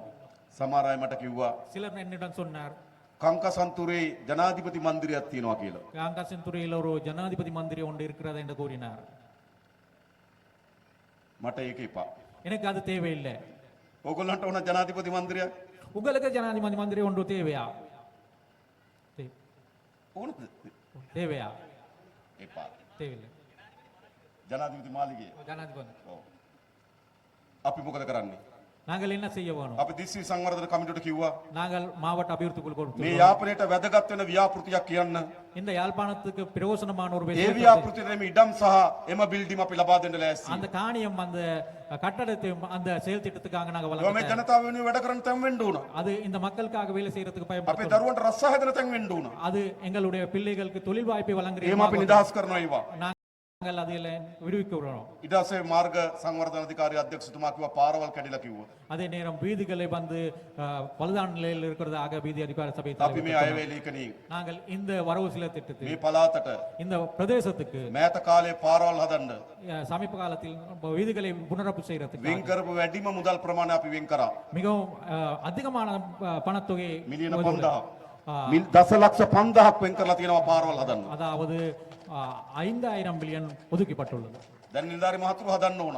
இப்ப உத்தியோகஸ்தர்கள் அது செய்ய வேணும். පඩි වැඩ කරලා තියෙන හොරකන්නත් බෑ. எனவே உத்தியோகஸ்தர்களுடைய சம்பளத்தை கூட்டிக் கொள்வது எனவே களவு செய்ய முடியாது. ඉතින් අපි වැඩ කරලා ලෑස්ති වෙලා තියෙනවා. இப்ப வேலை செய்யறதுக்கு ඒ ரெடி. විතරක් නෙමෙයි මේ යාපනයේ පුස්තකාලේ அது மட்டும் இல்லை இந்த யாழ்ப்பாணம் பொதுசன் நூலகம் ඉතිහාසයේ ඉතාමත් வரலாற்றில் மிகவும் කළු கருப்பான සිදුවීමක් මේ පුස්තකාලයත් එක්ක ගැට ගහිලා இந்த තියෙනවා. நூலகத்துடன் தொடர்புடையதாக கருப்பான ஒரு சம்பவம். 83 බොහෝ දේවල් 81 බොහෝ දේවල් විනාශ වුණා. 1986 ஆண்டு பல அழிந்து போனது. පුස්තකාලයක් විනාශ කිරීම ஆனால் ஒரு நூலகத்தை அழிக்கிறது අපේ හැම කෙනාගේම හදවත් පෑරුවා. எங்களுடைய எல்லோருடைய இதயத்தை வேதனைப்படுத்த விதமாக පුස්තකාලයකට ගිනි තැබීම තමයි ஒரு நூலகத்தை கொளுத்துறது தான் ජාතිවාදයේ උච්චතම අවස්ථාව. அதுதான் இனவாதத்தின் உச்சகட்டம். අපි මේ අවුරුද්දේ நாங்கள் இந்த வருடத்தில் රුපියල් කෝටි 10ක් அதாவது 10 கோடி ரூபாய் වෙන් කරා ஒதுக்கப்பட்டுள்ளோம். පුස්තකාලේ පහසුකම් ටික හදන්න. நூலகத்தில் வசதிகள் ඒ දරුවන්ට කියවන්න, இந்த பிள்ளைகளுக்கு දරුවන්ට ඉගෙන ගන්න. படிக்கிறதுக்கு එහෙමයි අපි ආණ්ඩුවක් වැඩ කරනවා. அப்படித்தான் நாங்கள் ඒ அரசாங்கம் විතරක් வேலை නෙවෙයි. செய்கிறோம். அது மட்டுமல்ல මේ නගර සභා බිල්ඩින් එක இந்த நகர சபை கட்டடம் විශාල බිල්ඩින් එකක් තියෙනවා. பெரிய ஒரு கட்டடம் ஒன்று உள்ளது. හැබැයි මොකවත් වැඩක් වෙන්නේ නැහැ. ஆனால் எந்த ஒரு வேலையும் நடக்கிறதாக இல்லை. ඒ බිල්ඩින් එක ඔක්කොම හැදුවට පස්සේ அந்த பில்டிங் முழுமையாக பூர்த்தி செய்த பிறகு මොනවද කරන්න කියලා හිතා ගන්නත් බෑ. என்ன செய்யலாம் என்பது நாங்கள் யோசிக்க முடியாத அளவில் ඒ இருக்கு. තරම් විශාල බිල්ඩින් එකක්. அந்த அளவுக்கு பெரிய ஒரு பில்டிங். අපේ ගම්වල ගෙවල් ඉතා කුඩායි. எங்களுடைய கிராமங்களில் இருக்கிற வீடுகள் மிகவும் சிறிது. අපේ නගර සභාව ගොඩාක් ලොකුයි. ஆனால் எங்களுடைய முனிசிபல் கவுன்சில் வந்து மிக பெரியது. එහෙම නේද? அப்படித்தான் நிலைமை.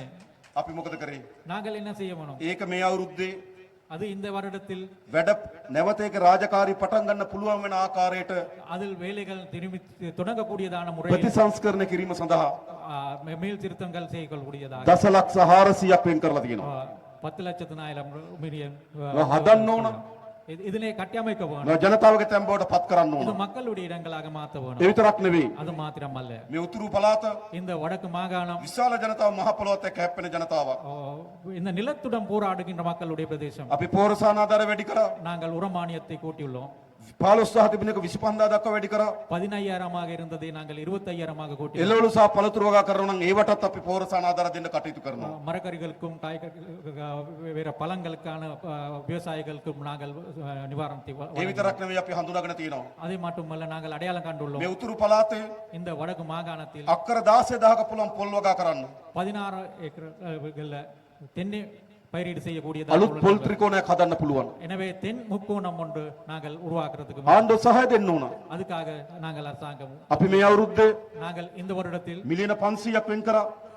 500 மில்லியன் ரூபாய் මේ පොල් වගා කරන ගොවීන්ට தென்னை பயிரிடும் செய்யும் விவசாயிகளுக்கு ආණ්ඩුවෙන් පොල් පළ ටික ලබා දෙනවා. அரசாங்கத்தால் தென்னை ආණ්ඩුවෙන් පොල් පොහොර දෙන්නම්. அதே நேரம் உரம் வழங்குறதுக்கும் ආණ්ඩුවෙන් පොල් වල ටික කපන්න බිම සකස් කරගන්න සල්ලි දෙන්නම්. அதே நேரம் நிலத்தை தயாரிக்கிறதுக்காகவும் වගා කරන්න ලෑස්ති වෙන්න. நீங்கள் அதனை பயிரிடுறதுக்கு අපි தயாரா- යල්ලි நாங்கள் மறுபடியும் උතුර දකුණ නැගෙනහිර ભેදකින් තොරව வடக்கு தெற்கு கிழக்கு என்ற பேதம் இல்லாமல் මේ රට ගොඩ නැගීම සඳහා වෙහෙසෙමු. இந்த நாட்டை கட்டியெழுப்புறதாக முயற்சிப்போம். මේ උතුරු පළාත இந்த வடக்கு மாகாணம் සංචාර කර්මාන්තයට ඉතා විශාල ඉඩ ප්‍රස්ථා තිබෙනවා. சுற்றுலாத்துறைக்காக பெரிய வாய்ப்புகளை கொண்ட பிரதேசம். හැබැයි අරුගම්බෙට එන තරම් ஆனால் அருகம்பை பிரதேசத்துக்கு வருகின்ற அளவுக்கு දකුණට යන තරම් தென்னிலங்கைக்கு வருகின்ற அளவு උතුරට සංචාරක වෙන්නේ නැහැ. வடக்கு நோக்கி අපි சுற்றுலா අභ්‍යන්තර ගුවන් සේවය ඉතාමත් ශක්තිමත් කරලා நாங்கள் உள்நாட்டு விமான சேவை மிகவும் பலப்படுத்தவும் කොළඹට එන සංචාරකීන් கிளம்புக்கு வருகின்ற உல்லாச பயணிகள் ගුවනින් යාපනයට එන්න වැඩ පිළිවෙල விமானம் හදනවා. மூலமாக யாழ்ப்பாணத்துக்கு வருகின்றதான අලුත් සංචාරක ගමනාන්තය බවට යාපනය පත් කරනවා. அதாவது சுற்றுலா மையமாக சுற்றுலாவர்கள் வருகின்றவருமாக யாழ்ப்பாணம் මනරම් මෙරළ තීරයක් තියෙනවා. மிகவும் அழகான ஒரு கடற்கரை உள்ளது සංචාර කර්මාන්තර යෝග්‍ය ස්ථානයක් බවට පත් වෙලා තිබෙනවා.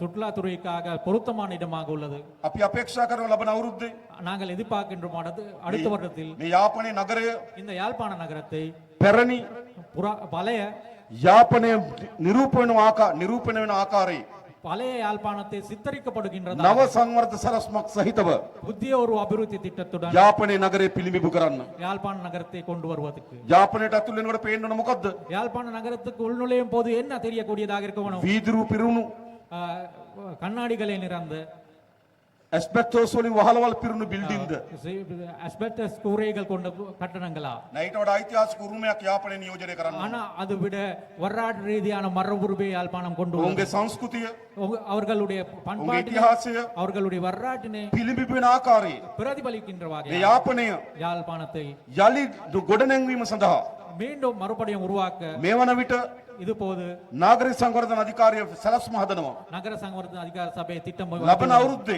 அடுத்த வருடத்தின் போது ඒකට අපි මුදල් වෙන් කරනවා. அதுக்காக நாங்கள் பணம் ஒதுக்கிட்டு පැරණි ඉතිහාසයේ පිළිඹින ආකාරයේ பழைய வரலாற்றினை சித்தரிக்கப்படுகின்றதாக යලි නගරයක් බවට යාපනය පත් කරන්න සැලසුම් හදනවා. பழைய யாழ்ப்பாணம் சித்தரிக்கப்படுகின்ற ஒரு நகரமாக யாழ்ப்பாணத்தை நாங்கள் අපි உருவாக்கின்றோம். දන්නා වතුර ප්‍රශ්නේ තියෙනවා. எங்களுக்கு தெரியும் தண்ணீர் பிரச்சனை இருக்கு. කැලිකසල ප්‍රශ්නේ තියෙනවා. கழிவுகள் அகற்ற தொடர்பான ඒවා பிரச்சனை විසඳීම සඳහා අපි කටයුතු කරනවා. அதனை தீர்த்து கொள்றதுக்கு நாங்கள் මේ ආණ්ඩුව තමයි இந்த அரசாங்கம் தான் පළමු වතාවට முதலாக ජනතාව වෙනුවෙන් ගොඩනැගුණු ආණ්ඩුව மக்களுக்காக உருவாக்கப்பட்ட அரசாங்கம். උතුර දකුණ නැගෙනහිර ભેදකින් තොරව வடக்கு தெற்கு கிழக்கு என்ற பேதம் හැම පළාතම ජනතාව எல்லா பக்கத்திலும் மக்கள் තමන්ගේ ජනතාවල සලකන தங்களுடைய மக்களாக රට கருதப்படுகின்றனர். ඉදිරියට යන්න ඕන කියලා කල්පනා කරන ආණ්ඩුව இந்த நாட்டினை முன்னேற செல்ல வேண்டும் என்று சொல்கிற அரசாங்கம். அது மட்டுமல்ல, මේ උතුර පළාත විශාල දීවර සම්පතක් තියෙනවා. இந்த வடக்கு பிரதேசத்தில் பாரிய ஒரு மீன்பிடி வளம் හැබැයි உள்ளது. විශාල අවාසනාවකට අපි මුහුණ දී තිබෙනවා. ஆனா பெரும் ஒரு துரதிர்ஷ்டமான நிலைக்கு නීති විරෝධී මසුම් මරන්නම් சட்டவிரோதமான முறையில் மீன்பிடி துறையில் නීති විරෝධී ආම්පන්න ක්‍රම சட்டவிரோத கருவிகளை பயன்படுத்திக் මුළු கொள்ள පරිසර පද්ධතිය විනාශ කරනවා. முழுவதாகவே சுற்றுச்சூழலை අපේ அழிக்கின்றனர். දීවරංග අයිතීන් දැහ ගන්නවා. எங்களுடைய மீனவர்களுடைய உரிமைகள் මම பறிக்கப்படும். පහුගියදා நான் கடந்த காலங்கள் ඉන්දියානු අගමැති මෝදිතුමත් එක්ක මෝදි අගමැතිතුමත් එක්ක කතා කරා. இந்திய பிரதமர் மோடி அவர்களுடைய உரையாடினேன். ඉක්මනින් මේකට විසඳුමක් අවශ්‍යයි. இதுக்கு உடனடியாக தீர்வு தேவை. මේ උතුරේ මුහුදේ සම්පත් இந்த வடக்கு கடலின் வளங்களில் මේ මුහුදේ මාළු සම්පත இந்த மீன் வளத்தை මේ උතුරේ ජනතාවට අයිති. இந்த வடக்கு மக்களுக்கு சொந்தமானது. මම නාවික හමුදාවට දැනුම් දීලා තියෙන්නේ. நான் கடற்படைக்கு அறிவித்துள்ளேன். අපේ සම්පත් ආරක්ෂා කර ගැනීම සඳහා எங்களுடைய வளத்தை பாதுகாத்துக் கொள்றதுக்காக ගත හැකි හැම පියවරක්ම ගන්න කියලා මම නාවික හමුදාවට උපදෙස් දීලා තියෙනවා. எடுக்கக்கூடிய எல்லா நடவடிக்கையும் எடுக்க வேண்டும் என்று சொல்லி நான் கடற்படையினருக்கு கட்டளையிட்டுள்ளேன். රකින්න ඕනේ නැද්ද අපේ සම්පත? நாங்கள் எங்களுடைய வளத்தை பாதுகாக்க வேண்டியதாக இல்லையா? තමුන්වහන්සේලා අපිට ඡන්දෙ දීලා நீங்கள் எங்களுக்கு வாக்களித்து අපි ආණ්ඩුවක් දුන්නා. எங்களுக்கு அரசாங்கத்தை வழங்கினோம். අපි මොකද කරන්න ඕන? நாங்கள் என்ன செய்ய வேணும்? ආණ්ඩුවේ තියෙන බලය තමයි அரசாங்கத்தில் உள்ள එම அதிகாரத்தை සම්පත් ආරක්ෂා කරලා அந்த வளங்களை பாதுகாக்க එම ජනතාවට උරුම කරලා දෙන එක. அந்த மக்களுக்கு உரியதாக்குறது. අන්න ඒ දේ කරන්න අපි මැදිහත් වෙනවා. அது செய்யறதுக்கு நாங்க ඒ தலையிடுகின்றோம். වගේම අපි දන්නවා அதே மாதிரி எங்களுக்கு தெரியும், විශේෂයෙන් 1983 ඉඳන් குறிப்பாக 1983 இருந்து විශාල දෙමළ ජනතාවක් மிக அதிகமான தமிழ் மக்கள் මේ රට අත්හැරලා ගියා. இந்த நாட்டை விட்டு சென்றார்கள். අද தற்போது ලෝක විශාල ව්‍යාපාරිකයන් බවට පත් වෙලා තිබෙනවා. அவர்கள் உலகத்தில் பெரும் வியாபாரிகள் විශාල ධනය තියෙන අය බවට පත් වී තිබෙනවා. மாறி இருக்கிறார்கள். මම මේ සියලු දෙමළ ඩයස්පෝරාවට ආරාධනා කරනවා. டயஸ்போராவில் இருக்க அனைத்துவருக்கும் ඔබගේ ඥාතීන් ඉන්න බිම உங்களுடைய உறவினர்கள் இருக்கின்ற ඔබ ඉපදුණු බිම நீங்கள் வளர்ந்த பிறந்த ඒ බිම ගොඩනගන්න இந்த நிலத்தை கட்டியெழுப்புறதுக்கு ඒ ජනතාවගේ ආර්ථිකය ගොඩනගන්න அந்த மக்களுடைய பொருளாதாரத்தை පුළුවන් තරම් ආයෝජනය කරන්න இயலுமான அளவுக்கு முதலீடு යලි උතුරට එන්න කියලා අපි ආරාධනා කරනවා. மீண்டும் வடக்குக்கு வர வேண்டும் என்று சொல்லி යලි ලංකාවට එන්න කියලා අපි ආරාධනා කරනවා. மீண்டும் இலங்கைக்கு வர வேண்டும் என்று சொல்லி சொல்லி මේ රට සුරක්ෂිතයි. இந்த நாடு பாதுகாப்பானது ජාතිවාදයෙන් තොර රටක්. இனவாதம் இல்லாத ஒரு நாடு හැම වෙනක් කෙනාගේම අයිතිවාසිකම් සාධාරණ ලෙස පිළිගන්න රටක්. எல்லோருடைய உரிமைகளும் சாதாரணமாக හැම நியாயமாக සංස්කෘතියකටම ගරු කරන රටක්. எல்லா பண்பாட்டினையும் மதிக்கின்ற ஒரு நாடு හැම අයිතිවාසිකම්ම ආරක්ෂා කරන්න පෙළඹෙන රටක්. எல்லாருடைய பாதுகாப்பையும் නිසා உரிமைகளும் දාලා ගිහපුව අපිට ආරාධනා කරනවා. எனவே அவர்களுக்கு நாங்கள் அழைப்பு නැවත මේ රට ගොඩනගන්න ඔබගේ ආයෝජනය කැඳවන්න. இன்னும் இந்த நாட்டினை சிறப்பாக அமைக்கிறதுக்கு உங்களுடைய முதலீட்டை இங்க මේක செய்யுங்கள். අලුත් පරිච්ඡේදයක්. இது ஒரு புதிய அத்தியாயம் පැරණි කළු අතීතය අවසන් කරලා பழைய கருப்பான வரலாற்றினை மறந்துட்டு අලුත් අනාගතයක් සඳහා ගෙන යන පරිච්ඡේදයක්. இந்த அத்தியாயம் வந்து புதிய ஒரு எதிர்காலத்துக்கான මේක அத்தியாயம். ඉතාමත් වැදගත් දේශපාලන පරිවර්තනයක්. இது மிக முக்கியமான அரசியல் மாற்றம். අපේ අම්මලා තාත්තලා எம்முடைய தாய்மார்கள் தந்தைமார்கள் දීර්ඝ කාලයක් ප්‍රාර්ථනා කරපු ප්‍රාර්ථනය மிக நீண்ட காலமாக எதிர்பார்த்த ஒரு கனவு அது. විවිධ ආකාරයෙන් මෙවැනි ආණ්ඩු අපේක්ෂා කරා. பலவிதமான முறையில் இந்த வாரான அரசாங்கங்களை அவர் මෙවැනි எதிர்பார்த்தார். ආකාරයෙන් තමන්ගේ අයිතිවාසිකම් බලාපොරොත්තු වුණා. அதன் ஊடாக தங்களுடைய உரிமைகளை பாதுகாத்துக் கொள்ள வேண்டும் என எதிர்பார்த்தார். අන්න ඒ ආණ්ඩුව හදලා තියෙන්නේ. அந்த அரசாங்கத்தை நாங்கள் அமைத்துள்ளோம். ආණ්ඩුවක් හදලා දෙන මොන වගේ ආණ්ඩුවක්ද? நாங்கள் என்ன வகையான அரசாங்கத்தை உருவாக்க මහජනගේ මුදල් සතයක් කොරකම් කරන්න නැති ආණ්ඩුවක්. மக்களுடைய பணத்தை ஒரு சதம் கூட களவு செய்யாத ஒரு அரசாங்கத்தை உருவாக்கி உள்ளோம். මම ජනාධිපතිවරයා, நான் ஜனாதிபதி, අපේ රාම් සෝදර දීවර ඇමතිවරයා, ராம் தோழர் வந்து கடல் தொழில் අපේ அமைச்சர், කුමරන් ඇතුළු മന്ത്രി කණ්ඩායම குமரன் தோழர் உட்பட நாடாளுமன்ற உறுப்பினர்கள் එක සහතිකයක් දෙන්න පුළුවන්. நாங்கள் ஒரு உறுதிமொழியை வழங்குகின்றோம். කිසිවෙක් இந்த எவரையும் මහජනගේ සතයක් කොරකම් කරන්නේ නැහැ. மக்களுடைய ஒரு சதம் கூட களவு මහජනගේ සතයක් නාස්ති කරන්නේ නැහැ. மக்களுடைய ஒரு சதம் கூட விரயம் செய்ய අපේ மாட்டார். දොස්තර මහත්තයා எங்களுடைய மருத்துவ தோழர் அவர்கள் ලොකු ආදායමක් ලැබුවා. பெரிய ஒரு சம்பளத்தை பெற்றவர். පැත්තකින් තියලා දේශපාලනය කරනවා. அது விட்டுட்டு அரசியல் செய்கிறார். මොකක් වෙනුවෙන්ද? அது எதுக்காக? මේ රට හදන්න. இந்த நாட்டை මේ கட்டியெழுப்ப රටේ ජනතාවට හොඳ ජීවිතයක් උරුම කරලා දෙන්න. இந்த நாட்டின் மக்களுக்கு நல்ல ஒரு சிறந்த காலத்தை உருவாக்குறது. අපේ රටේ මොකද්ද පැරණි දේශපාලනය? எங்களுடைய நாட்டில் இருந்த பழைய அரசியல் என்ன? රට දුප්පත් වෙනවා. நாடு வறுமை நோக்கி ජනතාව දුප්පත් වෙනවා. மக்கள் வறுமை நோக்கி செல்கிறது. පාලකයා පොහොසත් වෙනවා. ஆட்சியாளர்கள் செல்வந்தர்கள் ஆகிறார்கள். කයිට්ස් වල පාලකයාත් පොහොසත් වුණා. ஆட்சியாளர்கள் செல்வந்தர்கள் ஆகினர். පොහොසත් උනේ නැද්ද? ஆட்சியாளர்கள் பணக்காரர்களாக மாற இல்லையா? නීති විරෝධී වැලි තොටුපළවල් ගෙනියනවා. சட்டவிரோதமான மணல் அகற்றம் செய்கிறார்கள். නීති විරෝධී ක්‍රියාකාරකම් වල යෙදෙනවා. சட்டவிரோதமான செயல்பாடுகள் මේ විදිහට තමයි මේ රට තිබුණේ. அந்த நிலையில தான் இந்த நாடு இருந்தது. පළමු වතාවට අපි ඔක්කොම එකතු වෙලා ආණ්ඩුවක් හදලා තියෙනවා. இப்ப நாங்கள் எல்லோரும் சேர்ந்து ஒரு அரசாங்கம், මහජනගේ සතයක් කොරකම් කරන්නේ නැති, மக்களுடைய ஒரு சதம் கூட களவெடுக்காத ஒரு මහජනගේ සතයක් නාස්ති කරන්නේ නැති ආණ්ඩුවක්. மக்களுடைய ஒரு சதம் கூட விரயமாக்காத ஒரு அரசாங்கம். ඒ විතරක් නෙවෙයි. அது மாத்திரமல்ல, නීතිය කාට සමානයි. சட்டம் எல்லோருக்கும் பொதுவானது. දෙමළ සිංහල මුස්ලිම් කියලා වෙනම නීතියක් රටක නැහැ. சிங்கள தமிழ் முஸ்லிம் என்ற ஒரு சட்டம் இந்த நாட்டில் இல்லை. ධනෙ තියන අයට එක නීතියක්, දුප්පත් අයට තව නීතියක් එහෙම නැහැ. செல்வந்தருக்கு ஒரு சட்டம், வறுமையான ஒரு சட்டம் என்றது இல்லை. අපේ රටේ නීතිය කොහොමද තිබුණේ? எமது நாட்டில் எப்படி சட்டம் ධනෙ இருந்தது? තියන අයට එක නීතියක්, பணம் உள்ளவர்களுக்கு ஒரு சட்டம், දුප්පත් අයට තව නීතියක්. வறுமை உள்ளவர்களுக்கு வேறொரு சட்டம். ඒ යුගයේ අවසන්. அந்த காலம் முடிந்து விட்டது. දැන් තමුනාසලා බලන්න. நீங்கள் இப்ப பாருங்கள், පහුගිය දවස්වල கடந்த சில நாட்கள்ல ලියාපදිංචි නොකළ වාහන විශාල ප්‍රමාණයක් අහු වෙනවා. பதிவு செய்யப்படாத வாகனங்கள் நிறைய பிடிபட்டு கொண்டுள்ளது. සාමාන්‍ය ගමේ කෙනෙක් உதாரணமாக எடுத்துக்கொண்ட ஒரு අංක கிராமத்தில் තාඩුවක් නැතුව බයිසිකලයක් පාරට දාන්නේ. ஒரு நம்பர் பிளேட் இல்லாத ஒரு மோட்டார் சைக்கிள் ரோட்டுக்கு கொண்டு போனாலும், හැබැයි ඇමතිවරු ஆனால் அமைச்சர்கள் என்ன மாதிரி- ලොකු වාහන පාරට දානවා ලියාපදිංචි කරන්නේ නැතුව. ஆனால் அமைச்சர்கள் என்ன செய்திருக்கிறார்கள் என்றால், பதிவு செய்யப்படாத பெரிய ஒரு வாகனங்கள் ரோட்ல போயிட்டு கொண்டு, ඒගොල්ලන්ට නීතිය නැහැ. அவர்களுக்கு சட்டம் இல்லை. නීතියට උඩින් හිටිය අපේ රටේ පාලකයෝ. ஆட்சியாளர்கள் சட்டத்துக்கு விட உயர்ந்த நிலையில் இருந்தார்கள். ලංකාවේ පළමු වතාවට இலங்கை முதலாக කාටත් සමාන නීතියක් තියෙන රටක් හදලා තියෙනවා. எல்லோருக்கும் பொதுவான சட்டம் உள்ள நாட்டை நாங்கள் உருவாக்கியுள்ளோம். දැක්කනේ පහුගිය දවස්වල நீங்க கடந்த காலத்தில் வாழ்ந்திருக்கோம். පොලිස්පති පොලිසියට බය හැංගිලා හිටියා. அதாவது போலீஸ் மா அதிபர் போலீஸுக்கு பயந்து பதுங்கி இருந்தார். පොලිස්පතිට හැංගෙන්න යනවා කියන්නේ அதாவது போலீஸ் மா அதிபரே பதுங்கி இருக்க வேண்டிய நிலைமை නීතිය இருக்கும். කාටත් සමානයි. சட்டம் எல்லோருக்கும் பொதுவானது என்றுதான். නීතියේ භාගයට නීති නැහැ. அதாவது அறவாசிக்கு சட்டம் හැම என்பது කෙනාටම නීතිය එක සමානයි. எல்லோருக்கும் சட்டம் பொது. ඕන්නත් එහෙම රටක්. அவ்வாறு நாடு தேவையா? අර හැපැත්ත උතුරු මැද පළාතේ எங்களுக்கு இதுக்கு பக்கத்தில் இருக்க வட மத்திய மாகாணம் මහ ඇමතිවරයෙක් හිරිය ගියා. முதலமைச்சர் சிலைக்கு போனார். ආණ්ඩුවට කර පාඩුව ලක්ෂ 26යි. அரசாங்கத்துக்கு மேற்கொள்ளப்பட்ட நஷ்டம் வந்து 26 லட்சம்.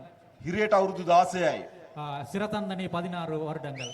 හොඳද නරකද? அது நல்லதா கூடாததா? මේ වෙලාවේ இந்த நேரத்தில் මහ ඇමතිවරු දෙන්නෙක් රිමාන්ඩ් இந்த நேரத்தில் முன்னாள் முதலமைச்சர்கள் இருவர் තව ඇමතිවරයෙක් රිමාන්ඩ්. ஒரு அமைச்சர் சிறையில, තව ඇමතිවරයෙක් හැංගිලා. இன்னொரு அமைச்சர் ஒதுங்கியுள்ள இருக்கிறார். රටේ නීතිය කාටත් සමානයි. நாட்டின் சட்டம் எல்லோருக்கும் பொது. ඕන නැද්ද එහෙම රටක්? அவ்வாறான ஒரு நாடு தேவையில்லையா? එහෙම රටක් අවශ්‍යයි. அப்படியான ஒரு நாடு தேவை. හිටපු ජනාධිපතිවරයන්ගේ முன்னாள் ஜனாதிபதி அவர்களுடைய පුත්තු දෙන්නෙකුට 2 புத்திரமார்கள் දැන් වෙනකොට නඩු 3ක් දාලා තියෙනවා. இப்போது 3 வழக்குகள் தாக்கல் செய்யப்பட்டுள்ளது. නඩු අහන්න අධිකරණේ. வழக்கு விசாரிக்கிறது நீதிமன்றம். අධිකරණේ ප්‍රශ්න බේරයි. அது நீதிமன்றத்தால் මේ தீர்க்கொள்ளும். රට නීතිගරුක රටක් කරන්න ඕන. இந்த நாடு சட்டத்தை மதிக்கின்ற நாடாக மாற்ற வேண்டும். අපරාධ කරලා සැඟවිලා ඉන්න බෑ. குற்றங்கள் செய்து தப்பி இருக்க முடியாது. හොරකම් කරලා සැඟවිලා ඉන්න බෑ. களவெடுத்து தப்பித்து கொண்டு இருக்க ඒ முடியாது. කාලේ ඉතිහාසය. அது வரலாற்றுக்கு முன்னின்று. හැබැයි දැන් එහෙම නෙවෙයි. ஆனால் தற்போது அப்படி முடியாது. දැන් මොන ධනවතා වුණත් இப்ப எந்த செல்வந்தராக මොන இருந்தாலும், බලවතා වුණත් எந்த செல்வாக்குள்ள நபராக இருந்தாலும், නීතිය කැඩුවොත් சட்டத்தை மீறுவதாக නීතිය இருந்தால் ක්‍රියාත්මක කරනවා. சட்டத்தை அமலாக்கப்படும். හොඳ නැද්ද? அது கூடாதா? ඉස්සර එහෙම තිබ්බද? முந்தி அப்படி இருந்ததா? නෑ ඉස්සර බලවත් අයට නීතිය නෑ. முந்தி செல்வந்தர்களுக்கு சட்டம் இருக்கவில்லை. දුප්පත් අයට විතරයි. ஏழைகளுக்கு மட்டும் தான் සියල්ල වෙනස් කරලා තියෙනවා. நாங்கள் எல்லாத்தையும் අලුත් மாத்திரோம். රටක් මේක. இது புதிய ஒரு நாடு. අලුත් පරිච්ඡේදයක් අපි ආරම්භ කරලා තියෙනවා. நாங்கள் ஒரு புதிய அத்தியாயத்தை தான் தொடங்கியுள்ளோம். ජනාධිපති ධූරය අපේ අතේ තිබෙනවා. ஜனாதிபதி பதவி எங்களிடம் உள்ளது. කැබිනට් මණ්ඩලය අපේ අතේ තියෙනවා. அமைச்சரவை எங்களிடம் உள்ளது. පාර්ලිමේන්තු මහා ආණ්ඩුව අපේ අතේ තියෙනවා. நாடாளுமன்றம் எங்களிடம் உள்ளது. හැබැයි උඩ ගන්න යෝජනා ටික ஆனால் ගමේ ක්‍රියාත්මක වෙන්න ඕන. ஆனால் மேல் மட்டத்தில் இருக்கிற தீர்மானங்கள் கிராமத்தில் நடைமுறைப்படுத்த வேணும். ඒකට මේ ප්‍රාදේශ සභා නගර සභා වැදගත්. அதுக்காக இந்த பிரதேச சபைகள் நகர சபைகள் මේ முக்கியமானது. යාපනයේ දිස්ත්‍රික්කයේ இந்த யாழ்ப்பாணம் மாவட்டத்தை எடுத்துக்கொள்ளும். නගර සභාව ඇතුළු ප්‍රාදේශ සභා 17ක් තිබෙනවා. நகர சபை உட்பட்டதாக பிரதேச சபை உட்பட்டதாக සමහර 17 ප්‍රාදේශ සභා ඉතාමත් දුප්පත්. சில பிரதேச சபைகள் மிகவும் வறுமை நிலையில் ලොකු உள்ளது. ආදායම් නැහැ. பெரிய வருமானம் கிடைக்கிற இல்ல. හැබැයි ප්‍රාදේශ සභාව දුප්පත්. ஆனால் பிரதேச சபை வறுமையில் உள்ளது. ජනතාවට කරන්න වැඩ ගොඩක් තියෙනවා. மக்களுக்கு ஆற்றிய வேண்டிய பணி පොඩි மிகவும். පාරවල් ටික හදන්න ඕන. சிறிய வீதிகளை திருத்த வேணும். කානු පද්ධතිය හදන්න ඕන. வாய்க்கால்களை சீரமைக்க வேணும். වැසිකිලි පද්ධතිය හදන්න ඕන. மலசல கூட வசதிகளை வழங்க දරුවට පෙර පාසල ලබා දෙන්න ඕන. பிள்ளைகளுக்கு முன்பள்ளிகளை அமைக்க வேணும். සොහොන් පිටිය හදා ගන්න ඕන. மயானங்களை அமைக்க வேணும். මේ වගේ වැඩ ගොඩක් තියෙනවා ප්‍රාදේශ සභාවට. பிரதேச சபைகளுக்கு இவ்வாறான பல வேலைகள் உள்ளன. ඊළඟ ඒ වැඩ කරන්න සල්ලි මදි. இந்த வேலைகள் செய்யறதுக்காக பணம் ඒක போதாது. මොකද කරන්න ඕන? நாங்கள் என்ன செய்ய வேணும்? මධ්‍යම ආණ්ඩුවෙන් සල්ලි වන්න ඕන. மத்திய அரசாங்கத்தில் இருந்து பணம் அனுப்ப வேணும். දැන් මං කලින් කිව්වේ நான் முந்தி சொன்னேன். කුඩා පාරවල් හදන්න කෝටි 500ක් මේ අවුරුද්ද වෙන් කරා. அதாவது சிறிய வீதிகளை அபிவிருத்தி செய்யறதுக்காக 500 கோடி ரூபாய் நாங்கள் இந்த ඒ வருடத்தில் පාරවල් අයිති ප්‍රාදේශ සභාවට. அந்த பாதைகள் பிரதேச சபைகள் ඒ පාරවල් අයිති නගර සභාවට. அந்த பாதைகள் நகர சபைகள் கீழ் தான் உள்ளன. දැන් අපි මේ ජුනි මාසේ நாங்கள் இந்த ஜூன் மாதத்தில் ඊළඟ අයවැයලයකට යෝජනා ගන්නවා. அடுத்த வரவு செலுத்தத்துக்காக முன்மொழிவுகள் எடுக்கின்றோம். ඊළඟ අයවැයලයකට නොවැම්බර් මාසේ ඉදිරිපත් කරනවා. அடுத்த நவம்பர் மாதத்தில் அடுத்த வரவு අන්නේ செலுத்த අයවැයලයකදී அந்த வரவு செலவு திட்டத்தில் මොනවද කරන්න ඕන කියලා என்ன செய்ய வேணும் என்பது මේ නගර සභාව இந்த நகர சபை මේ ප්‍රාදේශ සභාව இந்த பிரதேச சபைகள் යෝජනා ටික හදලා அந்த முன்மொழிவுகளை தயாரித்து දිස්ත්‍රික් සංවර්ධන කමිටුව අනුමැතිය අරගෙන மாவட்ட அபிவிருத்தி கழகங்களுடைய அனுமதியை කොළඹට பெற்று එවන්න கொழும்புக்கு அனுப்ப வேணும். සල්ලි වෙන් කරන්නම්. நாங்கள் பணம் සල්ලි அனுப்புகிறோம். තියෙනවා. பணம் இருக்கிறது. ඉස්සර ආණ්ඩුවලට සල්ලි නැහැ. முந்தின அரசாங்கங்களுக்கு பணம் இருக்கவில்லை. අපේ ආණ්ඩුවට සල්ලි තියෙනවා. எங்களுக்கு பணம் உள்ளது. දැන් තියෙන වැඩේ මොකද්ද? இப்ப என்ன செய்ய වැඩ வேண்டியது? කරන්න ඕන. வேலை செய்ய வேணும். මම විශේෂයෙන්ම நான் குறிப்பாக මාර්ග සංවර්ධන අමාත්‍යංශයට මේ පළාතේ අපේක්ෂා කරනවා. நான் குறிப்பாக வீதி அபிவிருத்தி இந்த இடத்தில் මේ වෙන් කරපු කෝටි 500 இந்த ஒதுக்கப்பட்ட 500 கோடி ரூபாய் අනිවාර්යයෙන්ම මේ අවුරුද්ද වියදම් කරලා கட்டாயமாகவே இந்த வருடத்தில் මේ පළාතේ செலவழித்து පාරවල් ටික හදන්න ඕන. இந்த வீதிகளை புனரமைப்பு செய்ய வேணும். බැරි වුණොත් செய்யாமல் இருந்தால் දෙසැම්බර් මාසේ 31 වෙනිදා டிசம்பர் மாதம் 30ஆம் ඒ தேதி සල්ලි ඔක්කොම මහා ආණ්ඩුවට එනවා. அது திரும்பி மத்திய அரசாங்கத்தை நோக்கி ඉතින් செல்லும். දැන් ඕන වැඩ කරන්න எனவே இப்ப வேலை செய்ய வேணும். සල්ලි එවන්නම්. பணம் அனுப்புகின்றேன். මේ ජුනි මාසේ இந்த ஜூன் மாதத்துல ලබන අවුරුද්ද වැඩවලට යෝජනා ටික ගන්නවා. அடுத்த வருஷம் செய்ய வேண்டியதுக்காக முன்வழிவுகள் அனுப்ப வேணும். නොවැම්බර් මාසේ අයවැයලයකට ඉදිරිපත් කරනවා. அது நாங்கள் நவம்பர் மாதத்தில் வர வரவு අන්න එතකොට මේ යාපනයේ නගර සභාවෙන් அப்ப இந்த யாழ்ப்பாண நகர சபை ප්‍රාදේශ සභාවෙන් යෝජනා ටික එන්න ඕන. பிரதேச சபையில் இருந்து යෝජනා ටික එනකොට அந்த முன்மொழிவுகளை வழங்கும் போது අපි බලනවා නගර සභාවේ ප්‍රාදේශ සභාවේ ඉන්නේ කවුද කියලා. நாங்கள் பார்க்கின்றோம் முனிசிபல் கவுன்சிலும் பிரதேச சபையில் இருக்கிறவர்கள் யார் என்னது. ජාතික ජන බලවේගයයි ඉන්න නම් தேசிய மக்கள் சக்தி தான் இருக்கிறதாக இருந்தா ඇස් පියාගෙන සල්ලි ටික වෙන් කරනවා. நாங்க கண்ணை மூடிக்கொண்டு பணத்தை ඇයි ஒதுக்கின்றோம். හොරකම් කරන්නේ නැති බව දන්නවා. ஏங்க எங்களுக்கு தெரியும் இவர்கள் கல்லர்கள் නාස්ති කරන්නේ இல்லை නැති බව දන්නවා. இவர்கள் விரயமாக்க மாட்டார் என்று தெரியும். වෙන අය නම් ඉන්නේ. ஆனா வேறாக்கள் தான் இருக்கிறதாக இருந்தால் දහ පාරක් හිතනවා. நாங்கள் 10 முறை சிந்திக்க வேணும் කොන්ක්‍රීට් පාරට සල්ලි ඉල්ලලා. கான்கிரீட் வீதிக்கு இப்ப காசு போது පාරට කොන්ක්‍රීට් ටිකයි. பாதைக்கு கொஞ்சம் கொண்டுகிடும் සභාපතිගේ සාක්කුවට ගොඩයි. ஆனா தலைவருடைய பாக்கெட்டுக்கு அதிக பணமும் போகிறது එහෙම නේද වෙන්නේ? அப்படித்தானே நடந்தது එහෙම කරන්න දෙන්නේ නැහැ සල්ලි. அப்படி செய்யறதுக்கு நாங்கள் பணம் மறக்க මොකද மாட்டோம் වෙන්න ඕනකම තියෙන්නේ? எது எனக்கு வேணும் අන්න මහා ආණ්ඩුව කරන වැඩේට அதாவது மத்திய அரசாங்கம் செய்யற හා வேலைக்கு සමාන වැඩේ කරන්න ප්‍රාදේශ සභාව වුණා. அதே மாதிரி வேலை செய்கின்ற பாதி சபைகள் வேணும் මහා ආණ්ඩුව හොරකම් කරන්නේ නැහැ. மத்திய அரசாங்கம் களவெடுக்காம இருக்கும் නගර போது සභා ප්‍රාදේශ සභාව හොරකම් කරන්නත් බෑ. எனவே நகர சபையும் பிரதேச சபையும் මහා ආණ්ඩුව களவெடுக்கூடாது. නාස්ති කරන්නේ නැහැ. மத்திய அரசாங்கம் வந்து ප්‍රාදේශ සභාව නාස්ති කරන්නෙත් නැහැ හොරකම් කරන්නෙත් නැහැ. நகர சபையும் பிரதேச சபையும் விரயம் செய்யக்கூடாது මහා ආණ්ඩුව වැඩ කරනවා. மத்திய அரசாங்கம் வேலை செய்து கொண்டு இருக்கும் නගර සභාව ප්‍රාදේශ සභාවත් වැඩ කරනවා. நகர சபையும் பிரதேச சபையும் வேலை செய்யும் එහෙනම් දෙන්න ඕන කාටද? அப்ப யாருக்கு வாக்களிக்க வேணும் ජාතික ජන බලවේගය. தேசிய மக்கள் சக்திக்கு මහා ආණ්ඩුව හොරකම් කරන්නේ නැහැ. தேசிய மக்கள் சக்தி களவெடுக்க மாட்டார் ප්‍රාදේශ සභාව හොරකම් කරනවා. ஆனால் பிரதேச சபை களவெடுக்க මහා ආණ්ඩුව නාස්ති කරන්නේ නැහැ. தேசிய மத்திய அரசாங்கம் களவெடுக்காம இருக்கும் ප්‍රාදේශ සභාව போது නාස්ති කරනවා. பிரதேச சபை களவெடுக்கிறதாக මහා ආණ්ඩුව වැඩ කරනවා. மத்திய அரசாங்கம் வேலை செய்து கொண்டு போகும் ප්‍රාදේශ සභාව කකුලෙන් අදිනවා. பிரதேச சபை வந்து அதுக்காக தடையாக இருக்கும் போது වෙන අයට දුන්නොත් වෙනදී. அதுதான் நடக்கும் வீராக்களுக்கு கொடுத்தா කරනවද එහෙම? நீங்கள் அப்படி செய்றீங்களா අපේ සහෝදරු කියන්නේ. அதுதான் நீங்கள் சொல்ல போகணும் 17ම. 17 சபைகளும் කුමන සහෝදරය? 16 17ම දිනනවා. நாங்கள் 17 பெற்றோம் අලුත් පරිච්ඡේදයක් අපි ආරම්භ කරනවා. நாங்க புதிய ஒரு அத்தியாயத்தை මහා தொடங்குவோம் ආණ්ඩුවෙන් සල්ලි එනවා. மத்திய அரசாங்கத்திலிருந்து பணம் ප්‍රාදේශ வந்து සභාව සල්ලි එකතු කරගන්නවා. பிரதேச சபை ஊடாகவும் பணம் திரட்டப்படும் ඒ ටික පරිස්සම් කරලා அதனை நாங்க பாதுகாத்து පළාතේ වැඩ ටික කරන්න. பிரதேசத்தை வேலைகள் செய்ய පළාතේ වැඩ ටික මෙහෙවන්න. பிரதேச வேலைகளை நெறிப்படுத்துறதுக்கு ජාතික ජන බලවේග නගර සභාව ප්‍රාදේශ සභාව බාර දෙන්න. தேசிய மக்கள் சக்திக்கு பிரதேச சபையும் நகர சபையும் ஒப்படைக்குவா මම හිතන්නේ நான் நினைக்கின்றேன் අපිට දෙන්නේ නැත්තම් මේ රටේ බලය எங்களுக்கு இந்த ஆட்சி கொடுக்காமல் இருந்தால் කාටද දෙන්නේ? நீங்கள் யாருக்கு கொடுக்குறீங்கள் නමක් කියන්න. ஒரு கட்சி சொல்லுங்க පක්ෂයක් කියන්න. ஒரு கட்சி ஒரு பேர் சொல்லுங்க දැන් ඔක්කොම අවසන්.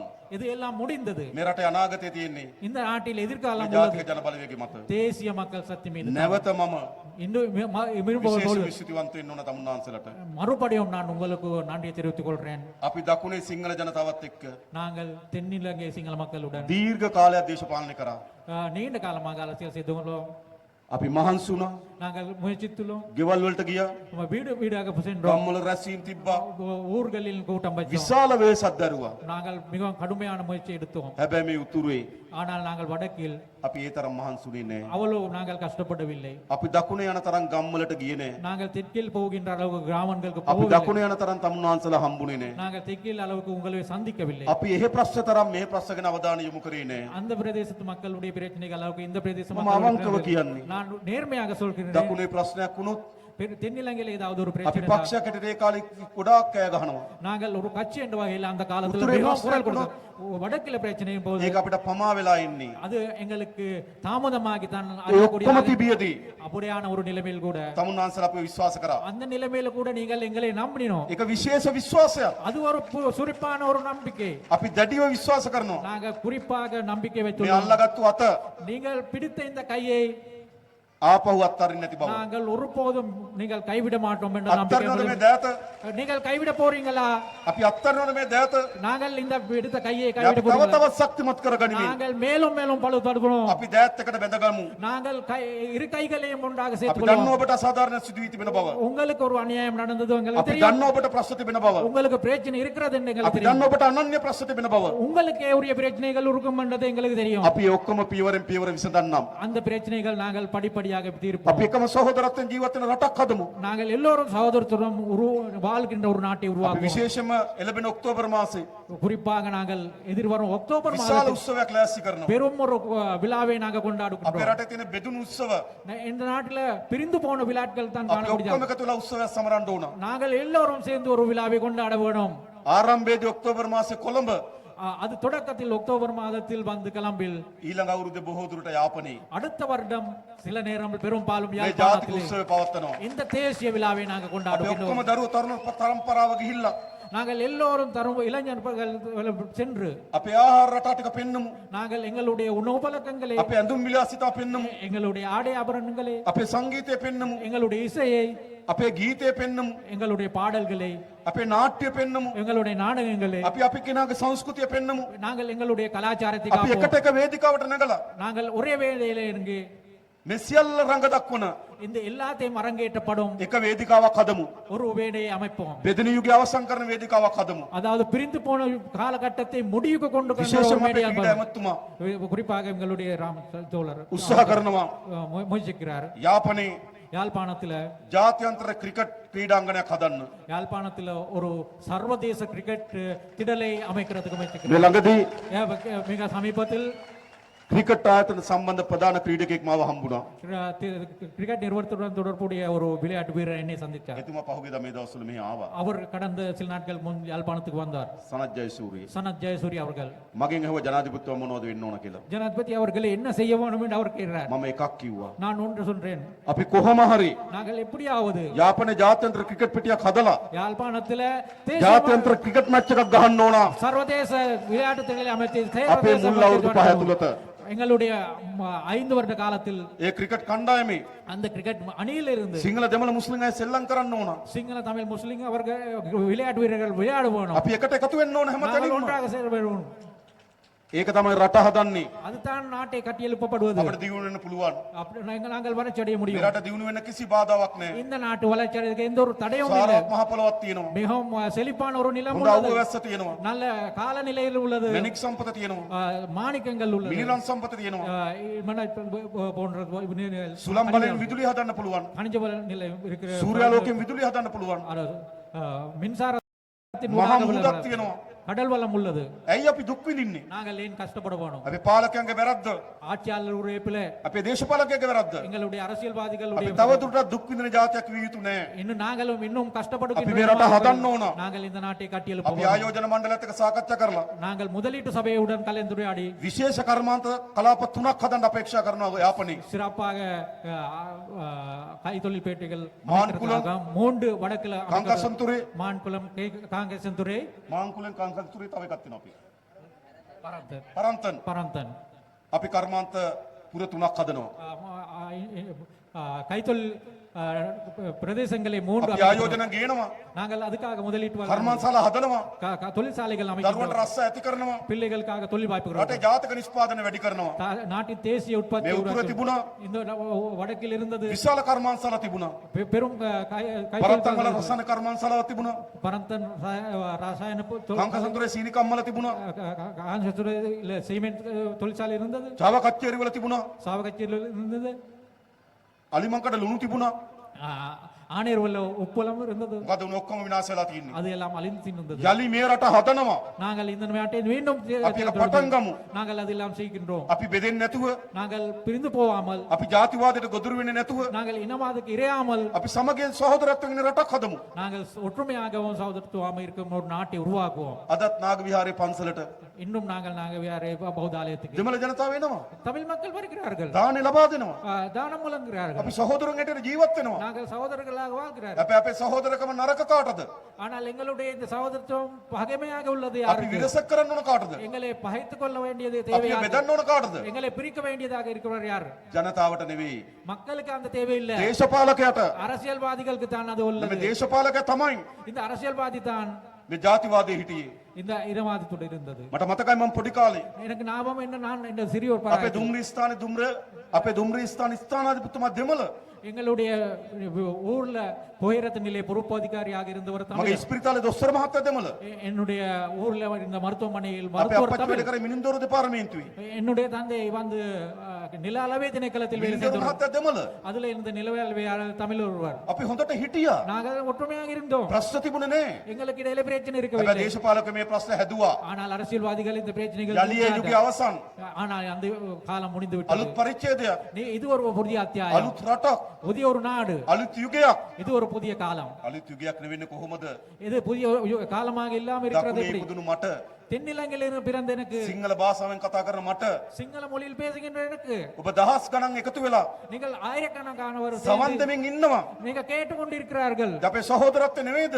இதுதான் අපේ தோழமை, විශ්වාසය නෙවෙයිද? இதுதான் நம்பிக்கை, අපේ බැඳීම නෙවෙයිද? இதுதான் எங்களுக்குரிய பற்று. යලි මේක බෙදෙන්න දෙන්නේ නැහැ. இது மறுபடியும் நாங்கள் பிளவுபட යලි விடுவோம். ගැටුම් ඇති වෙන්න දෙන්නේ නැහැ. இன்னும் முரண்பாடுகள் விட மாட்டோம். දුෂ්කර පරිච්ඡේදය අවසන්. கடந்த காலம் அந்த கடினமான අඳුරු காலம் முடிந்து- පරිච්ඡේදය අවසන්. அந்த கருப்பான அத்தியாயம் முடிந்து விட்டது. අලුත් යුගයක් අපි ආරම්භ කරමු. புதிய ஒரு யுகத்தை நாங்கள் ඒ தொடங்குவோம். වෙනුවෙන් අපි අල්ලාගත්තු அதுக்காக நாங்கள் கைகோத்து இருந்தோம். අත්තරින් නැතු ඉදිරියට යමු. அந்த கைகோத்தின கைகளை தவ நாங்கள் தவ தவ கைமாற- இன்னும் அந்த கைகளை பலப்படுத்திக் සත්‍යමත් ඉදිරියට යමු.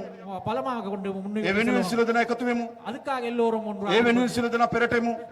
அதுக்காக எல்லோரும் முன்னுக்கு ඒ වෙනුවෙන් අපි එක්සත් ඉදිරියට යමු කියලා ආරාධනා කරමින් அதுக்காக நாங்கள் ஒற்றுமையாக முன்னேக்கு செல்வோம் என்று මම නතර වෙනවා. நான் என்று முடிவு ජය වේවා කියලා සියලු දෙනාට எல்லோருக்கும் ප්‍රාර්ථනා කරනවා. நன்றியை බොහොම ස්තුතියි. வெற்றியையும் නන්දියෙන් பிரார்த்திக் கொண்டு වන්දනා.